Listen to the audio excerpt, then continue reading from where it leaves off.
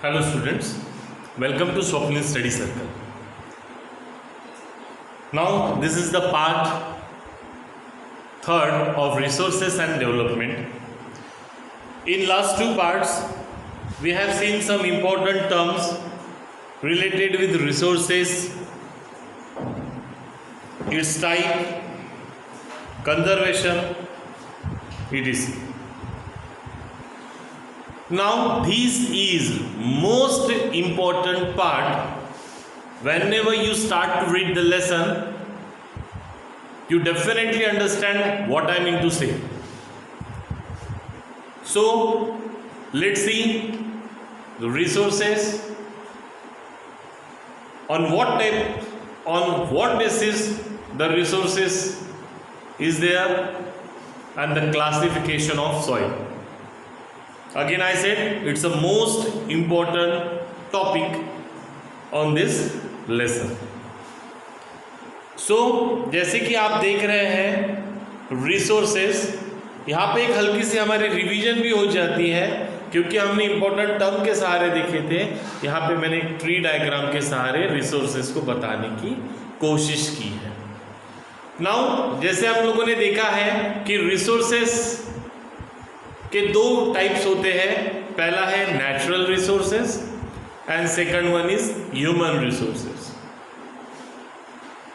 पहले हम लोग शॉर्ट है इसलिए ह्यूमन रिसोर्सेस के बारे में देखेंगे. ह्यूमन रिसोर्सेस के दो टाइप है, एक structures and institutions and second है quantity and quality. Structures and institutions, quantity and quality belongs to a resources, human resources. And let's see the type of natural resources, where it is divided into two parts, renewable and non-renewable. Natural resources are differentiated in renewable and non-renewable. Renewable means continuous or flow, for example wind, water. Renewable में ऐसे जो हमें continuously या फिर flow case में मिलते हैं. wind हमेशा हवा बहती रहती है, ऐसा नहीं हुआ कि कभी हवा का बहना रुक गया, और होगा तो क्या होगा, we know very well. And second the water, the flow of water. These two and more other included in renewable, which we can use again and again. The second in renewable is biological, which is natural vegetations, means forest and other, and second one is wildlife. We use the renewable sources in continuous and biological form. Continuous के example हम लोगों ने देख लिए wind and water, and biological के type से natural vegetation, natural मतलब जिसमें फॉरेस्ट आ रहा है, and second wild life. Wild life में भी दो टाइप है, रिसाइकलेबल एंड नॉन रिसाइकलेबल. अब वाइल्ड लाइफ क्या होता है, तो वाइल्ड लाइफ मतलब सिर्फ जंगल में या वाइल्ड में नहीं, तो ज़मीन के अंदर से भी हम लोगों को जैसे रिसाइकल में मेटल मिलता है. What is mean by recycle ना, metal after using the metal we can melt it, mold it in another part, in another size, and again we can use the metal again and again. That's why it is called recyclable. And fossil fuel is non recyclable. और एक चीज़ मतलब metal और fossil fuel बनने को दोनों को काफ़ी समय लगता है, पर फॉसिल फ्यूल को ज़्यादा समय लगता है. ऐसे कहा जाता है कि हज़ारों साल लग जाते हैं. जैसे कोई एनिमल डीके हो गया, कुछ वुड डीके हो गया, और काफ़ी सालों बाद उसका फॉसिल फ्यूल बनता है. ये हम लोगों ने 5 to 7 की बुक्स में एक शॉर्ट में देखा होगा, which is non recyclable. Fossil fuel को एक बार यूज़ कर लिए, जैसे कोयला, सपोज अगर कोयले को एक बार जला दो, राख बन जाएगी, उसके बाद उसका यूज़ नहीं होगा.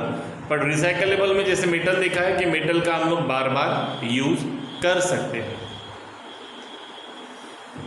सो अगेन रिसोर्सेस में हमने देखा है नेचुरल एंड ह्यूमन.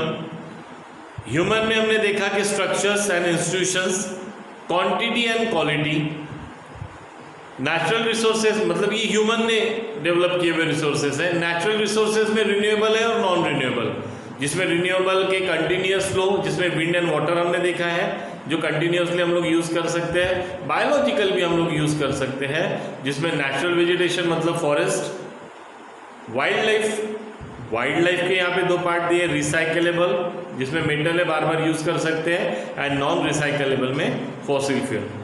पढ़ाते वक्त जैसे मैं रिवाइज कर रहा हूँ या फिर बार बार बता रहा हूँ उस चीज़ को ताकि एक बार रिवीजन हो आपकी, उसी तरह से एक बार पढ़ने से नहीं समझेगा, बार बार देखना पड़ेगा, पढ़ना पड़ेगा। क्या लगता है आपको? कहीं का फोटो लेके भी मैं यहाँ पे डाल सकता था, पर इतनी मेहनत क्यों की अपने हाथ से उसको लिखना। आगे भी आपको पता चलेगा कि इसमें एरियाज, रीजन, क्रॉप्स में जब सॉइल का मैंने लिखा है कि उसमें बुक से भी कुछ बियॉन्ड, बुक से बाहर का भी कुछ इन्फॉर्मेशन देने की कोशिश की है। बेसिक नॉलेज हर चीज़ का होना बहुत ज़रूरी है।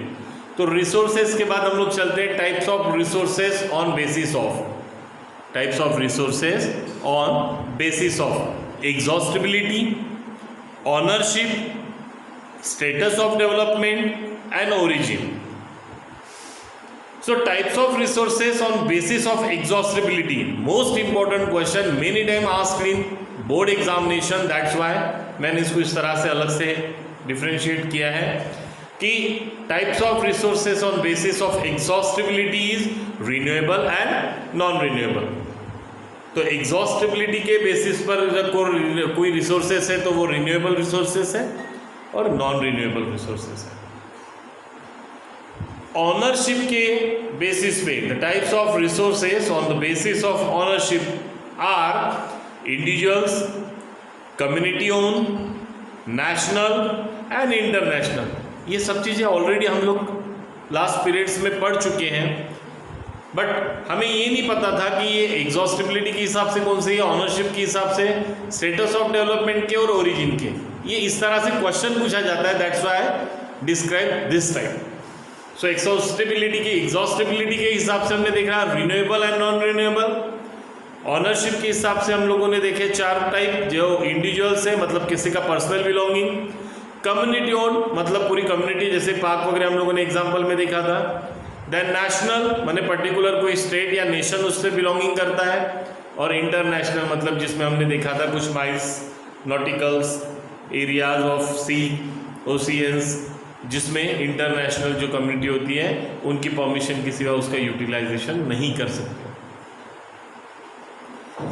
Then status of development, the types of resources on basis of status of development. First is potential and second is develop. ये सभी चीज़ें हम लोगों ने नोट्स में देख चुके हैं। स्टेटस ऑफ डेवलपमेंट के 2 टाइप है, potential and develop. Then types of resources on the basis of origin, biotic and abiotic, biotic and abiotic. Definitely ये सभी चीज़ें आपको पता है कि जो लाइफ चीज़ें हैं वो बायोटिक में आती है और जो नॉन लिविंग चीज़ें हैं वो अबायोटिक में आती हैं। देख चुके हैं हम लोग, फिर भी एक बार रिवाइज हो रहा है। सो ये थे रिसोर्सेज के टाइप और ये थे resources on basis of exhaustibility, ownership, status of development and origin. Now let's move toward the classification of soil. अगर आप देख सकते हैं तो मैंने काफ़ी लेसन यहाँ पे कवर अप करने की कोशिश की, और कुछ अगर क्वेश्चन आंसर्स में बच जाता है तो वो उसमें जब मैं आपको क्वेश्चन आंसर्स भेजता हूँ तो उसको आप नोट डाउन कीजिए, उसको रीड कीजिए। सभी इंपॉर्टेंट क्वेश्चन जो आज तक पूछे गए हैं या पूछे जा सकते हैं वही आपको भेजे जाते हैं, सिर्फ फॉर्मेलिटी के तौर पे नहीं भेजे जा रहे हैं, तो आईएमपी समझ के उसको फोकस कीजिए। So let's move toward the classification of soil. Classification of soil में हम लोगों ने उसको 4 इसमें क्लासीफाई किया हुआ है।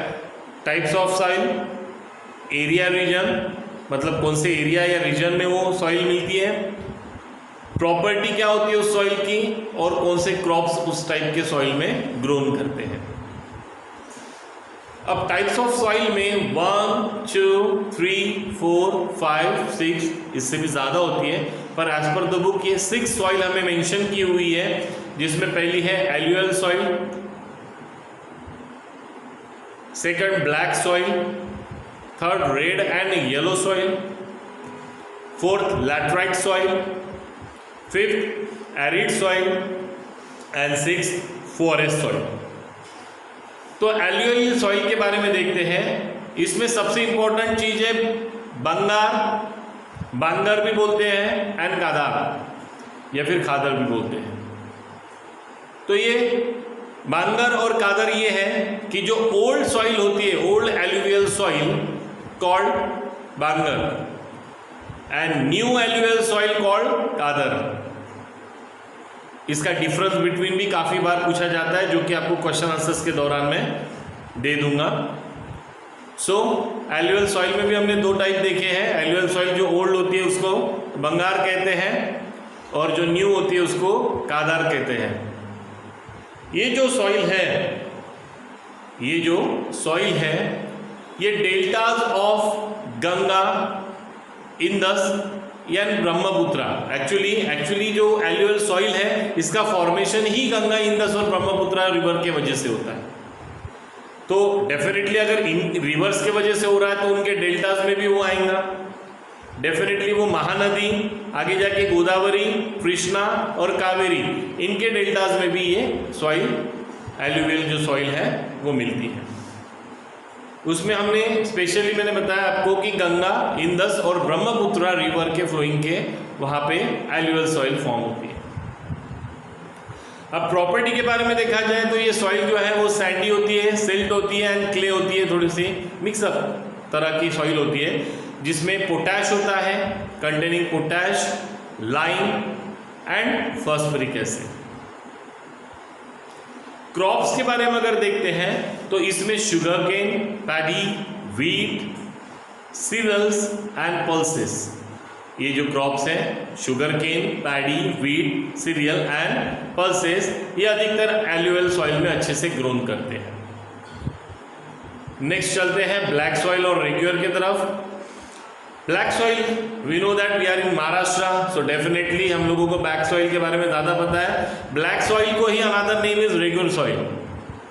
ब्लैक सॉइल को कभी कभी ऐसा भी पूछा जाता है कि write the properties of regular soil. तो रेग्यूलर सॉइल मीन्स ही ब्लैक सॉइल होती है, जो कि Maharashtra, Malwa, Saurashtra, Madhya Pradesh, Chhattisgarh and also deltas of Godavari and Krishna valley, not in delta, it's in valley of Godavari and Krishna. तो ब्लैक सॉइल इन सब रीजन में हमें फाउंड होती है। ये जो सॉइल होती है इसकी प्रॉपर्टी होती है कि थोड़ा क्ली मटेरियल होता है, इसमें मॉइस्चर होल्ड करने की कैपेसिटी बहुत अच्छी होती है, and containing magnesium, calcium carbonate and potash lime. The black soil clayey material होती है जिसमें मॉइस्चर होल्ड करने की कैपेसिटी, क्योंकि वाटर बहुत ज़रूरी है, तो मॉइस्चर होल्ड करने की कैपेसिटी बहुत ज़्यादा अच्छी होती है इसमें, और इसमें मैग्नीशियम होता है, कैल्शियम कार्बोनेट होता है, पोटैश होता है, लाइम होता है अधिकतर प्रमाण में, और भी कुछ कंटेंट होते हैं। इस सॉइल में स्पेशली कॉटन ग्रोन करता है। आप अगर देखो तो Maharashtra is famous for cotton and all the mills belongs to a cotton industry, textile industry is in Mumbai and further areas in Maharashtra. तो हमारे बुक में सिर्फ कॉटन दिया है, पर उसके अलावा हमारे यहाँ पे ब्लैक सॉइल में jowar, millets, wheat, tobacco, sugar cane and vegetables also grown.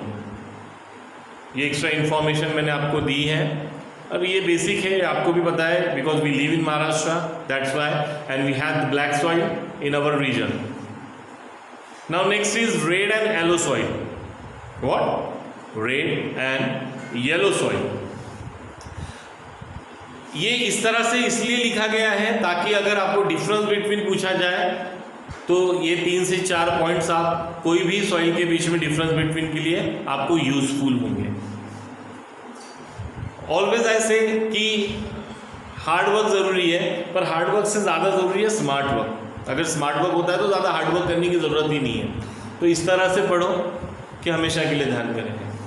So red and yellow soil found in Odisha, Chhattisgarh, Ganga plain and western Ghats. The property of red and yellow soil is reddish colour due to diffusion of iron. इसमें iron हमें अधिकतर मिलता है, इसके वजह से इसका reddish colour होता है। In crystalline and metamorphic rock, ये look yellow when occur in hydrated form. Reddish colour होता है क्योंकि डिफ्यूजन ऑफ आयरन होता है, बट ये येलो कलर पे भी फाउंड होता है जब अक्वर इन हाइड्रेटेड फॉर्म। क्रॉप्स के बारे में अगर रेड एंड येलो सॉइल में देखा जाए तो rice, wheat, sugar cane, corn, groundnut, fruit and vegetables under ideal irrigation. ये सब आपके बुक में पूरा इतना डिटेल में नहीं दिया हुआ है, पर आपको पता होना चाहिए लिखते वक्त। एग्जाम्पल का तो रेड एंड येलो सॉइल जो होती है वो आयरन ज़्यादा होता है, हमने देखा। येलो कलर तब आता है जब वो हाइड्रेटेड फॉर्म में होती है। अधिकतर rice, wheat, sugar cane, corn, groundnut, fruits and vegetables, पर उसके लिए यहाँ पे दिया हुआ है अंडर आइडियल इरिगेशन, मतलब प्रॉपर इरिगेशन हो तो ये सभी चीज़ें रेड एंड येलो सॉइल में ली जा सकती है। Then move toward the laterite soil. Laterite, later means brick, later means brick. अगर आप देख रहे हैं लैटराइट सॉइल के बारे में, तो लैटराइट सॉइल कहाँ पे फाउंड होती है? तो laterite soil found in Karnataka, Kerala, Tamil Nadu, Madhya Pradesh, Odisha and Assam. Laterite soil found in Karnataka, Kerala, Tamil Nadu, Madhya Pradesh, Odisha and Assam. The property of laterite soil is low humus because most of microorganism and high temperature. What is meant by microorganism? What is meant by high temperature? ना तो actually जो humus होता है in this soil is low because most of the organism, particularly the decomposers like bacteria, get destroyed due to high temperature. अब आपको पता है कि माइक्रो ऑर्गेनिज्म और ये जो बैक्टीरियाज वगैरह होते हैं मट्टी में, ये हमारे क्रॉप्स के लिए अच्छे होते हैं। कुछ कुछ जगह पे ये चीज़ें अच्छी होती है, बट हाई टेम्परेचर की वजह से सब डिस्ट्रॉय हो जाते हैं। दैट्स वाई लैटराइट सॉइल में ह्यूमस कम होता है। और डेफिनेटली अगर जिसमें ह्यूमस कम होता है वहाँ पे अगर आप देखेंगे तो एकदम डिफरेंट क्रॉप्स दिखेंगे आपको। टी, कॉफ़ी, कैशूनट, कभी आप घूमने गए होंगे केरला वगैरह, तो अधिकतर यहाँ पे टी, कॉफ़ी और कैशूनट, ये क्रॉप्स लैटराइट सॉइल में अधिकतर लिए जाते हैं। हम लोगों ने लैटराइट के बारे में देखा था। Later is the Latin word, later is the Latin word and Latin word later means brick. Then arid soil, which soil? Arid soil. अब arid soil mostly found in western Rajasthan, Haryana, Punjab, Rann of Kutch in Gujarat. The property is red to brown in colour, मतलब reddish होती है, कम reddish होती है, मतलब red to brown in colour. Sandy in texture, also saline and lack of humus and moisture. पर फिर भी ऐसी जगहों पे हमने देखा कि अगर प्रॉपर इरिगेशन हो तो we can take wheat, cotton, corn, pulses and barley etc। तो एरिड सॉइल में जो क्रॉप्स ग्रोन कर सकते हैं वो है wheat, cotton, corn, pulses and barley. Then आते हैं फॉरेस्ट सॉइल की तरफ। बोलने की जरूरत ही नहीं है, जहाँ जहाँ फॉरेस्ट है आपको पता है अधिकतर हिली एंड माउंटेनियस एरिया होता है, वहाँ पे फॉरेस्ट अधिकतर होते हैं, जहाँ की सॉइल लोमी एंड सिल्टी होती है। इन वैली उसमें ह्यूमस कम होता है, very low in humus and acidic होती है। इसके फॉरेस्ट में एक्चुअली देखा जाए तो अधिकतर क्रॉप्स ग्रोन नहीं करते हैं, बहुत अच्छी तरह से नहीं करते हैं, and it is also not given in book also. पर so many trees we can, मतलब we get from forest. But definitely अगर कोई पर्टिकुलर क्रॉप्स का अगर हम लोग देखा जाए तो ह्यूमस कम होना या फिर एसिडिक होने की वजह से, लोमी होती है, सिल्टी होती है वैली में, उसकी वजह से अधिकतर क्रॉप्स हम लोग यहाँ पे ग्रोन नहीं करते, आपने देखा होगा। ठीक है, तो इस तरह से ये टाइप्स ऑफ सॉइल है, 6 टाइप्स ऑफ सॉइल है, जिसके एरिया कहाँ ये सॉइल फाउंड होती है, प्रॉपर्टी क्या होती है और कौन कौन से क्रॉप्स यहाँ पे ग्रोन किए जाते हैं, ये सब हम लोगों ने इस लेसन में देखा है। लगभग सभी इंपॉर्टेंट टॉपिक्स जो है वो इसमें कवर अप हो गए हैं। अब सॉइल इरोजन है, सॉइल कंजर्वेशन है, तो हमने सॉइल इरोजन क्यों होता है, किस वजह से होता है, ये भी मैंने पहले या दूसरे पीरियड में बताया है। कंजर्व कैसे करना चाहिए, क्या करना चाहिए, ये भी हमने शॉर्ट में सुना था। इसके क्वेश्चन आंसर्स में जब मैं आपको भेजूंगा तो उसमें ये सब चीज़ें कवर अप होगी। तो काफ़ी इजी लेसन है, मुझे ऐसा लगता है। मल्टीपल चॉइस क्वेश्चन और बहुत सारे क्वेश्चन आंसर्स हैं जो लेसन के ख़त्म होती है। मैं स्टेप बाय स्टेप आपको भेजूंगा, एक साथ सब कुछ भेज के I don't want to give you a lot of load. So step by step, day by day. पहले दिन जैसे MCQs या other 1 word, then 3 and then high. तो इस तरह से मैं क्वेश्चन आंसर्स भेजूंगा। Now the resources and development जो लेसन है ज्योग्राफी का, वो यहाँ पे पूरी तरह से लगभग कवर अप हो गया है। बस ये तीनों वीडियो को, तीनों पार्ट को आपको प्रॉपरली देखना है, नोट्स बनाने हैं।